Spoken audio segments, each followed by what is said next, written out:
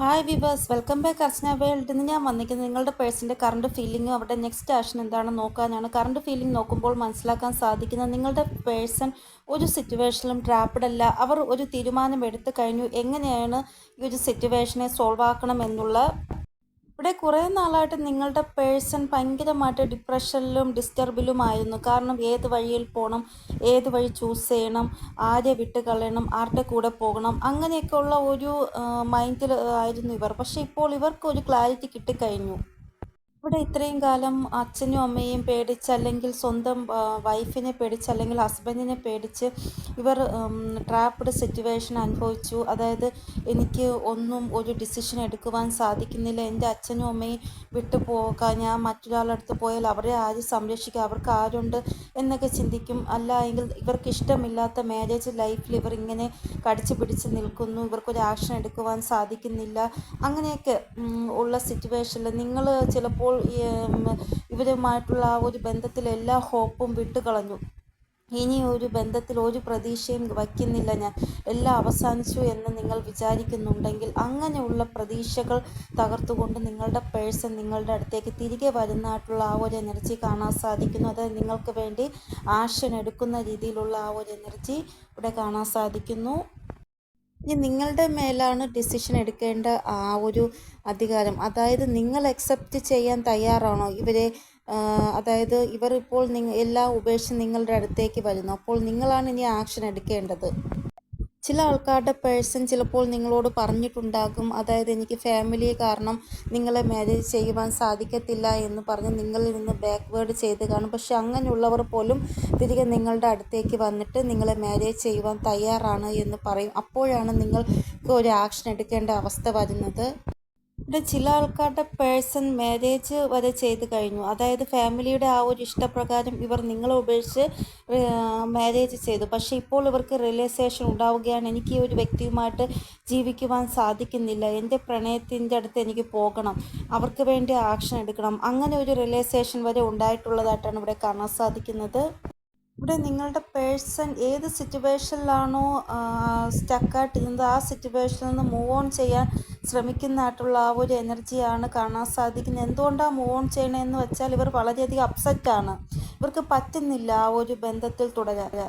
ഇവിടെ ഇവർ മാരേജ് ചെയ്തിട്ടുണ്ടോ ഇല്ലയോ എന്ന് എനിക്കറിയത്തില്ല. പക്ഷേ ഇവരുടെ ആ ഒരു എനർജിയിൽ വലിയൊരു ചേഞ്ച് വരുന്നതായിട്ടാണ് ഇവിടെ കാണാൻ സാധിക്കുന്നത്. വലിയൊരു ട്രാൻസ്ഫർമേഷൻ വരുന്നതായിട്ടാണ് കാണാൻ സാധിക്കുന്നത്.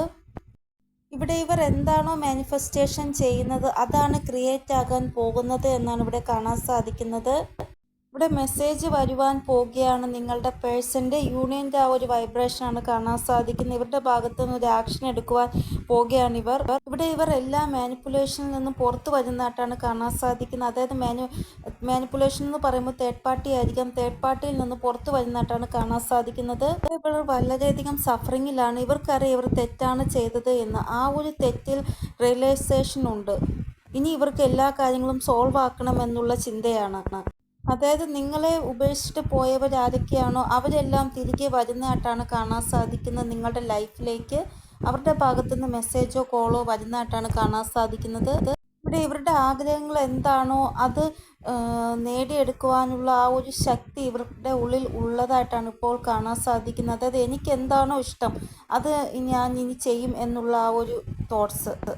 അപ്പോൾ വലിയൊരു ഡിസിഷൻ നിങ്ങളുടെ പേഴ്സൺ നിങ്ങൾക്ക് വേണ്ടി എടുക്കാൻ പോകുന്നതായിട്ടാണ് ഇവിടെ കാണാൻ സാധിക്കുന്നത്. ഇവിടെ ഒരു തേർഡ് പാർട്ടി കാരണമാണ് നിങ്ങളുടെ പേഴ്സൺ നിങ്ങളെ വിട്ട് പോയത്. ഇപ്പോൾ നിങ്ങളുടെ കൂടെ ജീവിക്കുവാൻ വേണ്ടി ഇവർ ഒരു സ്ട്രെങ്ത് ശേഖരിക്കുകയാണ്. അതായത് എനിക്ക് എൻ്റെ തേർഡ് പാർട്ടിയുമായിട്ടുള്ള എല്ലാ ബന്ധവും ഉപേക്ഷിച്ചിട്ട് എനിക്ക് എൻ്റെ പേഴ്സൻ്റെ കൂടെ ഒന്നാവണം എന്നുള്ള ആ ഒരു രീതിയിൽ ഒരു റിയലൈസേഷൻ ഉണ്ടായിട്ട് ഇവർ അതിനുവേണ്ടി ശക്തി ഉണ്ടാക്കുകയാണ്. അതിനുവേണ്ടി ഇവർക്ക് പവർ ആവശ്യമുണ്ട്. എന്തോ ഒരു നെഗറ്റീവായിട്ടുള്ള വൈബ്സിലാണ് നിങ്ങളുടെ പേഴ്സൺ ഉണ്ടായിരുന്നത്. ഇത്രയും നാൾ ട്രാപ്ഡ് സിറ്റുവേഷനിലായിരുന്നു അവർ ഉണ്ടായിരുന്നത്. ഇനി ഇവർ ഈ ഒരു ട്രാപ്ഡ് ആയിട്ടുള്ള സിറ്റുവേഷനിൽ നിന്ന് പുറത്ത് വന്ന് ഫ്രീഡം ഉള്ള ആ ഒരു രീതിയിലേക്ക് വരുന്നതായിട്ടാണ്. അതായത് ഇവർക്കൊരു സ്വാതന്ത്ര്യം കിട്ടണമെങ്കിൽ ഈ ഒരു ട്രാപ്ഡ് സിറ്റുവേഷനിൽ നിന്ന് പുറത്ത് വന്നാൽ മാത്രമേ പറ്റുകയുള്ളൂ. ഇവിടെ വൈബ് വളരെ പോസിറ്റീവായിട്ടാണ് കാണാൻ സാധിക്കുന്നത്. നിങ്ങൾ നിങ്ങളുടെ പേഴ്സണിന് വേണ്ടി വെയിറ്റ് ചെയ്യുകയാണ് എങ്കിൽ അവർ നിങ്ങളുടെ അടുത്തേക്ക് പെട്ടെന്ന് വരുവാൻ വേണ്ടി ഞാൻ ഭഗവാനോട് പ്രാർത്ഥിക്കുന്നു. അപ്പോൾ ഇതാണ് നിങ്ങളുടെ പേഴ്സൻ്റെ കറണ്ട് എനർജി. ഇനി കറണ്ട് ഫീലിംഗ് എന്താണെന്ന് നോക്കാം. ചേഞ്ച്, മാസീവായിട്ടുള്ള ചേഞ്ച് നിങ്ങളുടെ പേഴ്സൻ്റെ എനർജിയിൽ കാണുവാൻ സാധിക്കുന്നതായിട്ടാണ് ഇവിടെ കാണാൻ സാധിക്കുന്ന കറണ്ട് ഫീലിംഗ് നോക്കുമ്പോൾ. ഇവിടെ നിങ്ങളും നിങ്ങളുടെ പേഴ്സണും തമ്മിൽ എന്തൊക്കെ ബൗണ്ടറീസ് ആണോ സെറ്റാക്കി വച്ചിരുന്നത് ആ ഒരു ബൗണ്ടറീസ് എല്ലാം കട്ട് ഓഫ് ആവാൻ പോകുന്നതായിട്ടാണ് ഇവിടെ കാണാൻ സാധിക്കുന്നത്. ഇവിടെ ലവ് ലൈഫിൽ യൂണിയൻ്റെ ആ ഒരു വൈബ്രേഷനാണ് കാണാൻ സാധിക്കുന്നത്. നിങ്ങളുടെ പേഴ്സൺ കെയർ ഫ്രീ ആയിട്ട് റിട്ടേൺ വരുന്നതായിട്ടാണ് കാണാൻ സാധിക്കുന്നത്. ഇവർക്ക് റിയലൈസേഷൻ ഉണ്ടായി, ഇവർക്കൊരു ജീവിതം ഉണ്ടെങ്കിൽ അത് നിങ്ങളുടെ കൂടെയാണ്, നിങ്ങളില്ലാതെ ഇവരുടെ ജീവിതം ഒന്നുമല്ല എന്ന്. അപ്പോൾ ഇവരുടെ വൈബ്സ് ഇപ്പോൾ വളരെ പോസിറ്റീവായിട്ടാണ് കാണാൻ സാധിക്കുന്നത്. ഇവിടെ നിങ്ങളില്ലാതെ ഇവരുടെ ലൈഫ് വളരെ ഇൻകംപ്ലീറ്റ് ആണ് എന്നാണ് ഇവർക്ക് തോന്നുന്നത്. ഇവിടെ ഇവർ നിങ്ങൾക്ക് വേണ്ടി കുറേ ചേഞ്ചസ് ഇവരുടെ ഇതിൽ സ്വഭാവത്തിൽ കൊണ്ടുവരുന്നതായിട്ട് കാണാൻ സാധിക്കുന്നു. അതായത് നിങ്ങളുടെ പേഴ്സൺ ഭയങ്കരമായിട്ട് കുടിക്കുന്നവരോ അല്ലെങ്കിൽ നിങ്ങളെ ഉപദ്രവിക്കുന്നവരോ അല്ലെങ്കിൽ നിങ്ങളെ സംശയിക്കുന്നവരോ നിങ്ങളുടെ വാക്കുകളൊന്നും കേൾക്കാത്തവരാണോ എങ്കിൽ അവർ ഇനി ആ സ്വഭാവത്തിലൊക്കെ മാറ്റം കൊണ്ടുവരുന്നതായിട്ട് കാണാൻ സാധിക്കുന്നു. ഇവിടെ ഇവർ എന്തൊക്കെ ബാഡ് ഹാബിറ്റ്സ് ആണോ കൊണ്ടുപോയിക്കൊണ്ടിരുന്നത് ഇവരുടെ ലൈഫിൽ അതിൽ ഒരു ചേഞ്ചസ് ഇവർ കൊണ്ടുവരുന്നതായിട്ടാണ് കാണാൻ സാധിക്കുന്നത്. അത് ഇവരായിട്ട് അതിൽ ഒരു ചേഞ്ച് കൊണ്ടുവരുവാൻ ശ്രമിച്ചിട്ടുണ്ട് എന്നാണ് ഇവിടെ കാണാൻ സാധിക്കുന്നത്. അപ്പോൾ ഇതാണ് നിങ്ങളുടെ പേഴ്സൻ്റെ കറണ്ട് ഫീലിംഗ്. ഇനി ഇവരുടെ നെക്സ്റ്റ് ആക്ഷൻ എന്താണെന്ന് നോക്കാം. ഇവിടെ നമ്പർ 1 ആണ് വന്നിരിക്കുന്നത്. അപ്പോൾ ഈ റീഡിംഗ് കണ്ടതിന് ശേഷം 24 hours നിങ്ങൾക്ക് ഈ എനർജി റെസൊനേറ്റ് ആകുന്നതാണ്. ഇവിടെ നിങ്ങളുടെ പേഴ്സൺ പ്ലാൻ ചെയ്യുകയാണ് ഡിസ്കണക്റ്റ് ആവാൻ. അതായത് നെഗറ്റീവായിട്ടുള്ള ആൾക്കാരിൽ നിന്നും നെഗറ്റീവായിട്ടുള്ള സിറ്റുവേഷനിൽ നിന്നും ഡിസ്കണക്റ്റ് ആവാൻ വേണ്ടി നിങ്ങളുടെ പേഴ്സൺ പ്ലാൻ ചെയ്യുന്നു. അതായത് ആരൊക്കെയാണോ ഇവരെ ഇമോഷണലി ഹേർട്ടാക്കുന്നത് ആ ഹേർട്ടിങ് സിറ്റുവേഷനിൽ നിന്ന് പുറത്തു വരുവാൻ ഇവർ ആഗ്രഹിക്കുന്നു. ഇവിടെ ഇവരെ ഹേർട്ട് ചെയ്ത് സ്വയം സുഖം കണ്ടുപിടിക്കുവാൻ നോക്കുന്ന കാർമികമായിട്ടുള്ള പല ബന്ധങ്ങളിൽ നിന്ന് മുക്തരാവാൻ നിങ്ങളുടെ പേഴ്സൺ ആഗ്രഹിക്കുന്നു. സമയം നിങ്ങളുടെ പേഴ്സൺ ഒത്തിരി ഒറ്റപ്പെടൽ അനുഭവിക്കുന്നതായിട്ടും കാണാൻ സാധിക്കുന്നു. ഭയങ്കരമായിട്ടുള്ള ഒരു ആത്മബന്ധത്തിൻ്റെ ആ ഒരു എനർജിയാണ് ഇവിടെ കാണാൻ സാധിക്കുന്നത്. അതായത് അവരോട് തന്നെ അവർ ക്വസ്റ്റ്യൻ ചോദിക്കുകയാണ്. അവർ സ്വയം അവരെ തന്നെ ലോവർ വൈബ്രേഷനിലേക്ക് കൊണ്ടുപോകുന്നതായിട്ട് കാണാൻ സാധിക്കുന്നു. അപ്പോൾ ഈ ഒരു രീതിയിലുള്ള എനർജി ആയിരിക്കും നിങ്ങളുടെ പേഴ്സൻ്റേത് ഇപ്പോൾ എന്നാണ് ഇവിടെ കാണാൻ സാധിക്കുന്നത്. കൂടാതെ ജസ്റ്റിസിൻ്റെ ആ ഒരു വൈബ്രേഷനും കാണാൻ സാധിക്കുന്നു. അതായത് ഹൃദയം കല്ലാക്കി മുന്നേ ഇവർ ഒത്തിരി അന്യായങ്ങൾ നിങ്ങളോട് ചെയ്തു, ഇനി ഇവർ നിങ്ങളോട് ന്യായം ചെയ്യുവാൻ ആഗ്രഹിക്കുകയാണ്. ഇപ്പോൾ ഇവർക്ക് തോന്നുന്നത് ഇവർ എന്തൊക്കെ തെറ്റുകളാണോ നിങ്ങളോട് ചെയ്തത് അതിൽ ഞാൻ പശ്ചാത്തപിക്കുന്നു, ഇനി ഞാൻ ഒരു തെറ്റും ചെയ്യത്തില്ല, ഇനി എൻ്റെ പേഴ്സണിന് വേണ്ടി എനിക്ക് എന്തൊക്കെ ന്യായം ചെയ്യാൻ പറ്റുമോ അതെല്ലാം ഞാൻ ചെയ്യുന്നതാണ്, അങ്ങനെയാണ് ചിന്തിക്കുന്നത്. ഇവർ ഇവരുടെ ആഗ്രഹങ്ങളെ എല്ലാം ഫുൾഫിൽമെൻ്റ് ആക്കുവാൻ ആഗ്രഹിക്കുകയാണ്. ഇവിടെ നിങ്ങളുടെ പേഴ്സൺ നിങ്ങളുമായിട്ടുള്ള ബന്ധത്തിൽ സക്സസ് ആഗ്രഹിക്കുകയാണ്. ഇവർ വളരെയധികം പ്ലാൻ ചെയ്തിട്ടാണ് നിങ്ങളുടെ അടുത്തേക്ക് വരുന്നത്. അപ്പോൾ 70 hours ഈ ഒരു എനർജി ആയിരിക്കും നിങ്ങളുടെ പേഴ്സൻ്റേത് എന്നാണ് ഇവിടെ കാണാൻ സാധിക്കുന്നത്. അപ്പോൾ ഇതാണ് നിങ്ങളുടെ പേഴ്സൻ്റെ നെക്സ്റ്റ് ആക്ഷൻ. ഇനി നമുക്ക് ഏഞ്ചൽ ഗൈഡൻസ് എന്താണെന്ന് നോക്കാം. ഇപ്പോൾ നിങ്ങളുടെ പേഴ്സൺ ആത്മബന്ധനത്തിൻ്റെ ആ ഒരു വൈബിലാണുള്ളത്. അതായത് അവരോട് തന്നെ ചോദ്യങ്ങൾ ചോദിക്കുകയാണ്. ആ ഒരു എനർജിയിലാണ് നിങ്ങളുടെ പേഴ്സൺ ഉള്ളത്.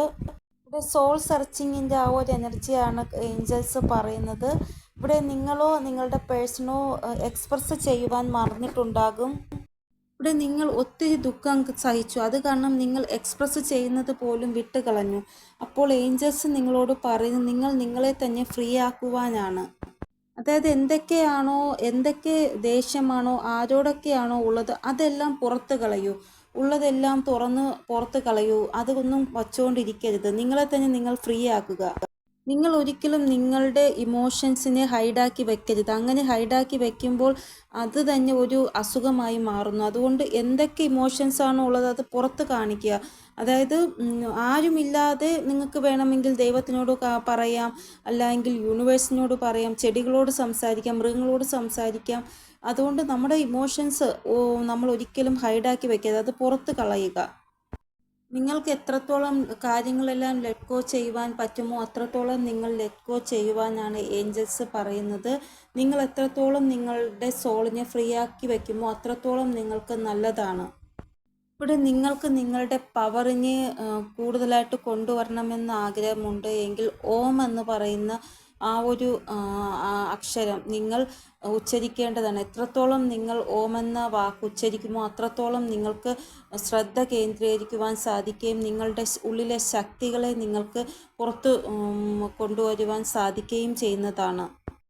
അങ്ങനെ നിങ്ങൾ ഓം മന്ത്രം തുടർച്ചയായിട്ട് പറഞ്ഞുകൊണ്ടിരിക്കുകയാണ് എങ്കിൽ നിങ്ങളുടെ ക്രൗൺ ചക്ര, സൈക്രൽ ചക്ര, ഹാർട്ട് ചക്ര, ത്രോട്ട് ചക്ര ഇതെല്ലാം ആക്ടിവേറ്റ് ആകുന്നതാണ്.